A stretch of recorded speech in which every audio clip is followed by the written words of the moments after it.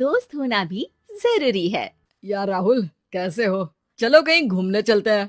हाँ ठीक है। कहाँ चलेंगे? कहीं पहाड़ों पर? अच्छा आइडिया है। ठीक है, मैं बस की टिकट बुक करवा देता हूँ और अच्छा सा होटल भी देख लेता हूँ। ठीक है भाई, लेकिन जल्दी करो। लाइफ में इतना स्ट्रेस हो गया है कि कुछ दिन का रेस्ट तो बहुत जरूरी बन गया है। राज का शाम को फोन आता है राहुल के पास। राहुल, मैंने टिकट बुक करवा दिया है। आज शाम की ही बस है। जल्दी से सामान पैक कर लो। ठीक है, सामान तो मैंने पहले ही पैक कर लिया है। अब तो बस शाम का इंतजार है, जब हम बस पकड़ेंगे और निकल पड़ेंगे धर्मशाला की ओर। शाम को दोनों दोस्त बस स्टॉप पर मिलते हैं और फिर वहाँ से निकल पड़ते हैं शिमला की ओर। सुबह होते होते ये दोनों दोस्त शिमला पहुँच गए, जहाँ ये होटल पहुँचे और वहाँ से निकल पड़े पहाड़ों पर घूमने। राज, यहाँ पहाड़ों पर कितना सुकून है ना। दूर दूर तक सिर्फ और सिर्फ पहाड़ ही है, और घूमने आए लोग भी यहाँ कितनी मस्ती कर रहे हैं। हाँ भाई, ये तो है। चलो कुछ खा ले। दोनों एक रेस्टोरेंट में पहुँच गए। वहाँ इनकी रेस्टोरेंट चलाने वाले लड़के से दोस्ती हो गई, जिसका नाम जितेंद्र था। जितेंद्र, तुम यहाँ कब से हो और रेस्टोरेंट खोलने का प्लान कैसे बनाया? अरे भाइयों, मैं तो यहीं का हूँ। बस बाहर कुछ साल के लिए गया था नौकरी करने, पर फिर लौट आया और अपने यहाँ ही रेस्टोरेंट खोल लिया। पिछले 6 साल से यहीं पर हूँ। अरे लेकिन जितेंद्र, एक बात तो बताओ, रेस्टोरेंट ही क्यों? कुछ और काम क्यों नहीं? और भैया, अपना तो ये मानना है कि आदमी दुनिया में कहीं भी हो, लेकिन उसे भूख तो लगेगी ही, और इसके लिए उसे खाना तो चाहिए ही। यानी ये धंधा कभी मंदा नहीं पड़ता, इसलिए ये काम शुरू किया था। लेकिन इस काम में क्या मुनाफा भी होता है या फिर बस ऐसे ही काम चल रहा है शौकियाना तौर पर? अरे अरे, क्यों नहीं भैया, काम तो हो ही रहा है, और मुनाफा नहीं होता तो ये 10 लोगों का स्टाफ कैसे रख लेता। वैसे आप भी क्यों नहीं इस बिजनेस में हाथ आजमाते हो? हाँ, आइडिया तो अच्छा है, लेकिन हम लोग तो सिर्फ यहाँ घूमने आए हैं और हमारे पास इतने पैसे भी नहीं है। अरे पैसों की चिंता क्यों करते हो?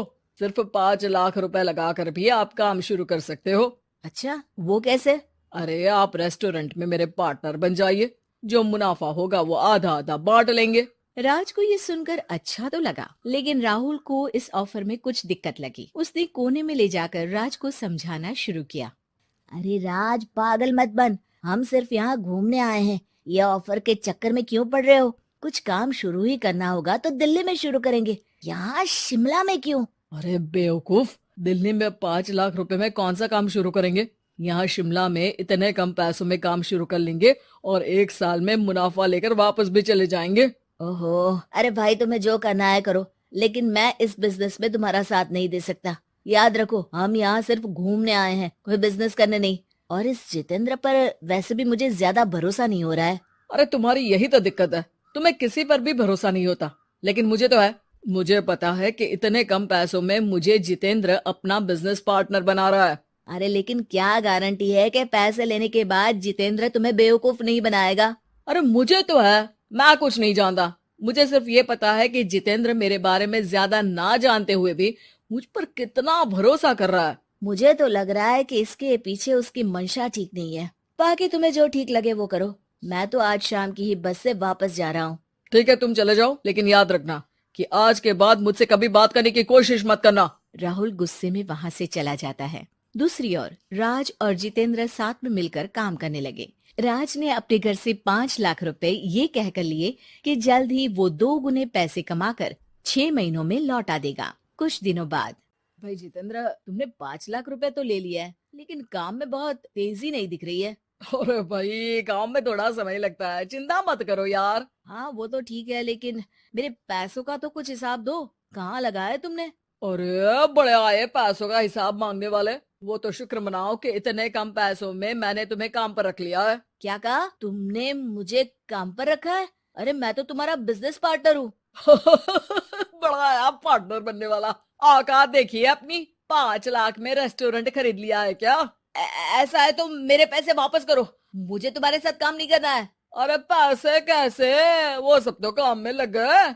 अब तुम्हें वापस जाना है तो चले जाओ, कोई पैसा नहीं मिलने वाला है। राज को अपने साथ होने वाले धोखे का एहसास हो चुका था, लेकिन तब तक देर हो चुकी थी। उसे अपने दोस्त राहुल की याद सताने लगी, जिसने पहले ही आगाह कर दिया था कि इस बिजनेस में धोखा है, लेकिन अब तो देर हो चुकी थी। राज को अब कोई रास्ता नहीं सूझ रहा था।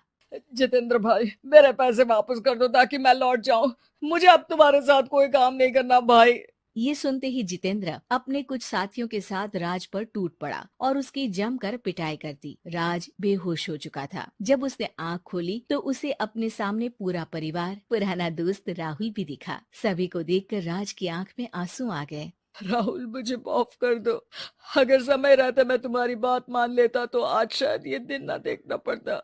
अरे शुक्र मनाओ कि जान बच गई। वो तो भला हो एक आदमी का जिसने मुझे फोन कर दिया था, तभी तुम्हारी जान बच सकी। मुझे माफ कर दे दोस्त, तेरी सलाह ना मानकर मैंने बड़ी भूल की है। अरे अरे भाई, मेरे हाथ मत जोड़ो। बस ध्यान रखना कि अच्छा दोस्त आपको हमेशा अच्छी सलाह देता है, इसलिए दोस्तों की सलाह पर ध्यान दें।